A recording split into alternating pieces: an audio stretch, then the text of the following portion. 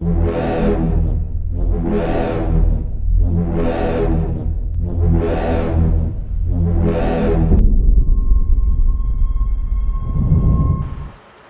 this is Derek Walters for Gig Long Range Systems. Now, if you are in the market for a high quality scope, you're pretty well catered for already with your Schmidts and your Premiers and so on.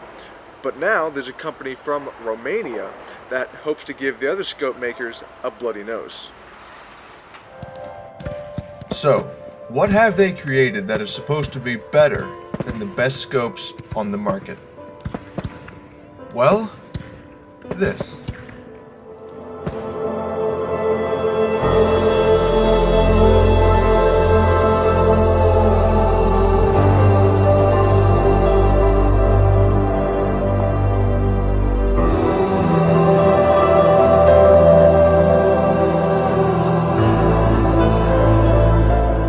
IOR calls it the Crusader, and there's no two ways about it. It's magnificent.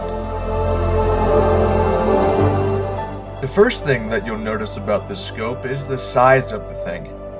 The tube diameter is 40 millimeters. But there's very good reason for that. Well, normally, a lot of scopes like to stick to 30 millimeters, some even 34, some even 35. But even then, you're forced to choose between having a very powerful scope as far as the zoom and having one that can have a lot of doping range. For example, a Night Force that is very popular comes in a few different zoom ratings.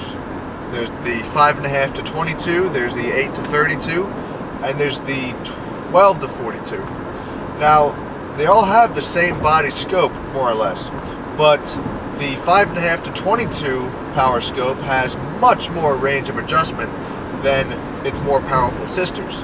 Now with this IOR, not only do you get more zoom than near any other scope on the market, you also have a lot of doping range. It has 100 minutes of doping range, which is quite a bit.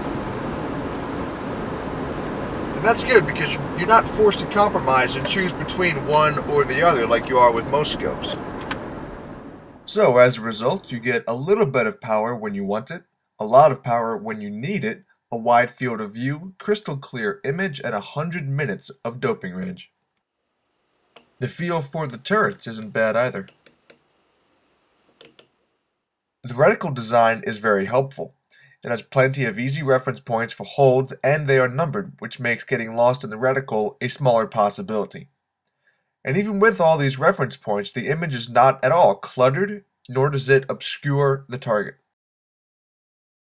It is also first focal plane, so no matter what power the scope is on, the MOA-based hash marks are consistent. Right about now, I suspect a lot of people to say a first focal plane with such a high zoom is going to completely wash out the target. Not so with this IOR. The sensor has a 1/8 MOA dot with a 1 MOA gap around it, and this allows the reticle and target to be seen clearly at all zoom settings.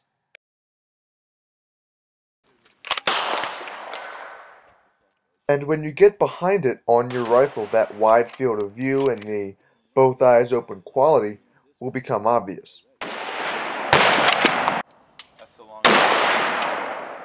If you undress this scope, you will find the glass was made in Schott, Germany. Not exactly the kind of place to skimp out on quality. Now this part of the elevation turret here is what IOR calls a secondary point of impact indicator. Basically, it is a reference point. So if the elevation difference between this rifle and another one is, say, 13 minutes, and I move the indicator 13 minutes away from the current zero, and you can lock that in there, and when I'm done shooting it on this rifle, and I want to move it to a different one where that difference is 13 minutes, all I gotta do is swap it over and then turn this like that, and I'm ready to go. Now moving this does not change the actual zero of the rifle. This is purely an indicator.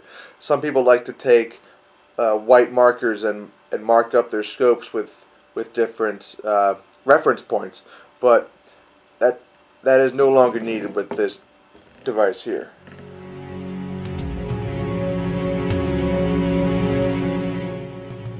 So to sum up this scope, this example of extreme performance from IOR Veldata, it is equally at home on a 308 as it is a 50. It enhances the capability of the long-range shooter, takes some of the mathematical loads off the user, and it does all this with unmatched quality. This scope is all things to all marksmen.